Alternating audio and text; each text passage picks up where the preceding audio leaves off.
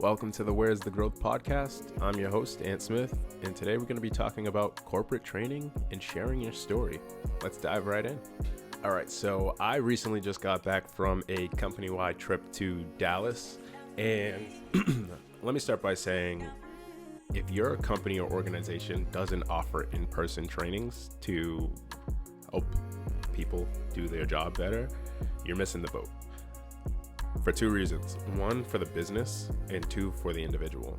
I want to focus on the individual first, because if you can provide someone training, you're going to help them personally and professionally upskill, learn new skill sets, new tools, just make them better, right? And when we talk about the business, how you miss out, if you don't give somebody the tools and the foundation that they need to be successful in their job, you're impacting your business, because how do you expect somebody to be the best at their job if you don't even show them how to do their job? And this actually is super timely, because I actually had a conversation with my old college roommate, and he was telling me that he recently got an internal promotion that didn't come with any compensation increase or anything like that. But his whole experience with his company thus far has been, he's never had any formalized training. He's never been shown how to do the job in any capacity. So he's been bootstrapping it since 2 years ago when he first started the role. And now that he's got promoted with no compensation increase, he's just figuring out how to do all of the extra responsibilities he's now responsible for with his job, with no formal training, no real guidance from his managers or from any department heads. So for business leaders out there, anybody who is in a management position or anything like that, if you have the ability to offer training, guidance, structure for your new employees, capitalize on it. And if you aren't doing anything as a business, you're missing the mark on your people and your profit. Although it might be common to think that there's training that will be provided on how to do a job, as we're seeing in the world we still live in, that's not the norm. So definitely want to start there.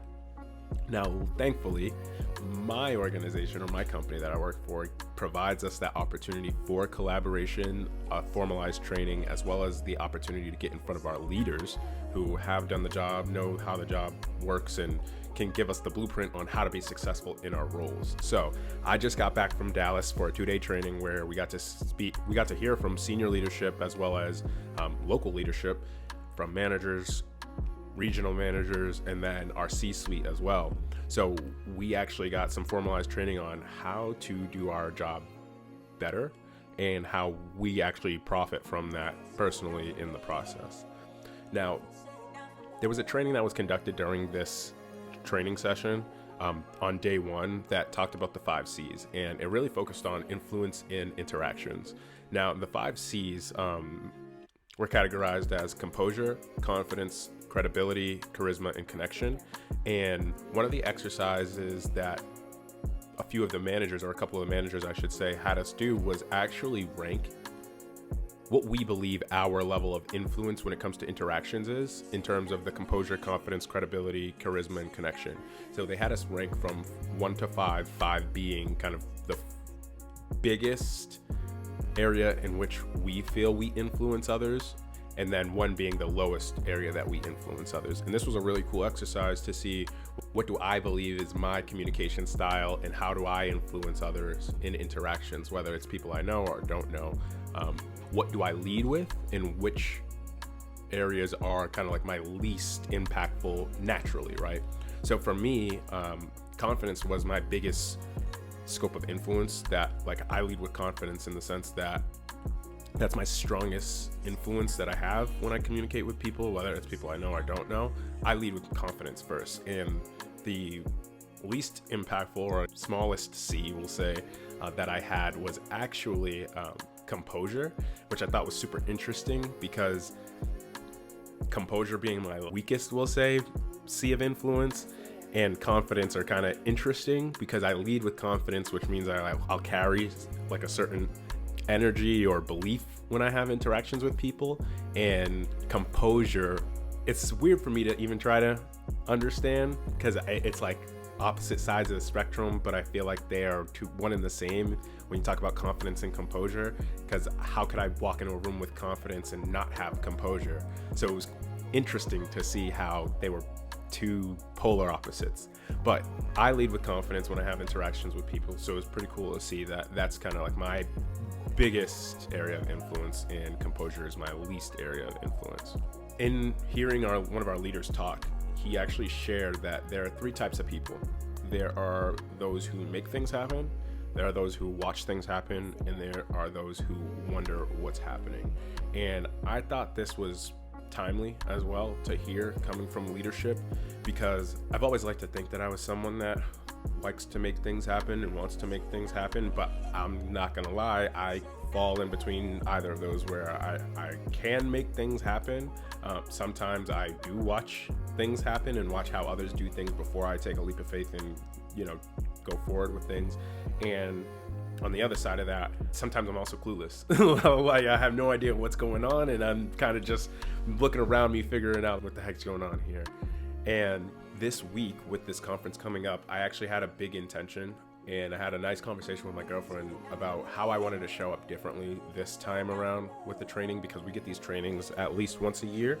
And every time I fall into the habit of staying in my comfort zone of who I know and what I know. So I'll stick and gravitate towards the people I already know. I really won't network, and I won't make any new connections or anything like that. But this time around, I actually had the intention that I was going to actively popcorn around this time during the networking social hours to make new connections and make sure that I was intentionally showing up to build my brand and have better interactions, more meaningful connections with people. So it didn't take much preparation to do this, but I had to have the intention that this is how I plan to show up in this space. So we had training from 8 a.m. to 5 p.m. and then we had like an hour gap before like our networking or cocktail hour started at 6:30. Before 6:30 came around, it was probably about 6 o'clock. I took an hour nap, I was just too tired. But 6 o'clock came around, woke up from my nap, hopped in the shower, and usually like I'll play music or whatever while I'm in the shower just to like get ready, whatever. But this time I actually chose to have kind of like a reflective shower, and I just kept asking myself, how am I going to show up differently this time around than I've shown up previously? Because now I'm having the focus that I'm intentionally coming into this cocktail hour to actually make connections, expand my network, and make sure that I'm living in accordance to what I was saying. Kept thinking, like, how can I actually show up differently this time? And I had come up with a question that I was going to essentially use to network with people, and the question was pretty straightforward, and it was on the basis of, how are you hoping that business this year is going to impact your personal life? This is going to be how I showed up, to be very curious about what's important to the individual that's standing in front of me and finding out why this is important to them. This actually led into a really nice conversation with one of my colleagues out of a different office, and he was telling me that his why is his kids, and he's got 3 kids, a 5, 3, and a 1-year-old, and he shared a story with me about how his 5-year-old is now at the age where he wants to have his birthday party and like have a friend's birthday party, but just where his birthday falls in line, it's kind of tough because it's by the holidays, it's by Thanksgiving and everything. So he had to have kind of like a tough conversation with his son just to tell him, like, hey bud, like it's a tough time of year during the holiday season, and he's already instilled in his kids that, you've got to work hard for the things that you want in life, and that, nothing comes free. So when he was actually sharing the story, it was really nice to see that he's already started that foundation in place with his kids, that if you want something, you got to work for it, and it's going to come at a cost. He was telling me how his son was like, hey dad, like, why don't I use my money that I've made to pay for this party? And that moment right there, for him, it was like, this is why I do it. I've been able to help my son understand the value of money, and that you have to work for things that you want. And his son, being 5 years old, has put 2 and 2 together to know that, hey, if I want this thing, it's going to come at a cost. And his son was willing to make that sacrifice to use his own money to make this birthday party happen, so that he could have his friends over and they can have a nice little birthday party. My colleague was like, that in that moment, it was really like, this is my why. My son now understands that nothing's going to be given to you, and that hunger and that drive for him showing up every day at work and going through the stress and the ups and downs and navigating the adversity of the job. It's to be able to provide for his kids, but just to be able to instill that in his kids, that you work hard for what you want and you'll be able to, do what you want, but it's going to come at a cost and a sacrifice. That was really cool for me to show up with that intention of wanting to network and learn about more people, and then for him to share that story of, you're going to face obstacles in life, whether it's personally, professionally, but it's all about the why that you're doing it that's going to get you past whatever adversity you're going to face. Now, I want to talk about asking yourself the question, what is your why?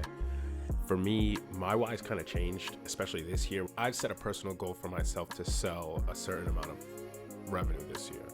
And in doing that, I had to be real honest with myself, because I wasn't even close to that mark that I've set for myself from what I've done last year to the goals that I have this year. So when I had to think about, well, what is that going to look like for me to actually try to achieve that, I came to the realization that in order for me to hit that mark that I have set for myself, I'm not going to be the same person. I can't be the same person that I was last year and think that I'm going to achieve that goal. So it was a tough pill to swallow, because it requires me to evolve and it requires me to change. And one of our leaders spoke about change in his speech, and he said that there are kind of 3 phases of change. In the beginning, change is going to be hard. In the middle, change is going to be messy. But at the end, change is going to be beautiful. I mean, I think this podcast is a clear reflection of that. Like, I'm still in the beginning stages of this podcast. So right now, everything is hard still. And as I get to kind of like the middle stages, there'll be things that I've ironed out that I essentially have a cadence for them, when I produce them, how I structure them, things like that. But it's still going to be messy in the middle. But once I get to the end of the year and I look back on the progress that's been made, it's going to be beautiful to see where I started, where I was kind of midway through, and then looking back and reflecting at where I am at the end of the year, how beautiful that whole process has been. And in order for you to be who you want to be or do what you want to do and get what you want to get, there's going to be some change that's going to have to come there. And if you don't have a strong enough why to keep you grounded and get you through those tough times, you're going to give up and throw in the towel as soon as adversity strikes and something gets hard and you don't feel like doing something, or there's this minor inconvenience that happens. If you don't have a strong why as to why you want to get there, and what's motivating you to stick through it and see it all the way through to completion, you're not going to make it to the end.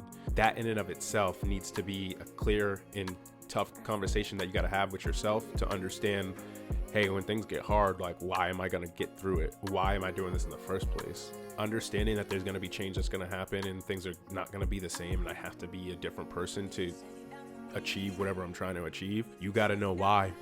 You got to know why, and your why got to be bigger than any obstacles that you're going to come into contact with along the journey. And understanding that my intention and my why this year especially is to be super intentional and become that person that's going to achieve that goal.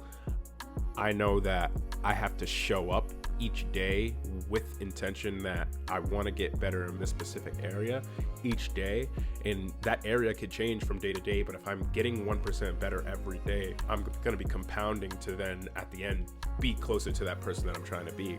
And the pursuit of that is what I'm excited about, because I know the end result is going to come, but if I don't stay consistent in showing up daily, I'll never get to the end. If I don't have intention when I'm in these spaces, I don't have any control over the trajectory of where I'm going to end up. I'm just kind of showing up and hoping for the best. So I know that there's going to be change, and I know that I need to understand why I'm doing it. And for me, my why is I want to be better, and I want to show up better for anybody that I come in contact with. If that means actively listening to the person that's in front of me, I need to, and I want to show up as a better person in that moment.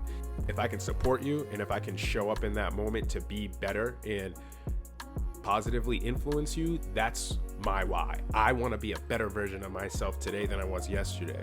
And that may not be the same each day. Today, it might be for me to simply pick up the phone and call my parents. It could also look like reaching out to an old friend and just checking in on them.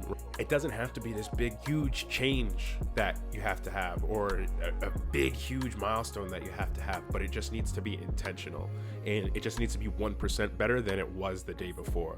So that's my why, is by the end of this year, I want to have gotten 1% better in every area that I choose on a daily basis, so that when I look back on my year, I can say, damn, I'm not the same person I started this year off as. I've gone through so much growth, and this is what I have to show for it. I've come in contact with all these people. My relationships have gotten so much better. People have felt comfortable enough to reach out to me when they are going through something.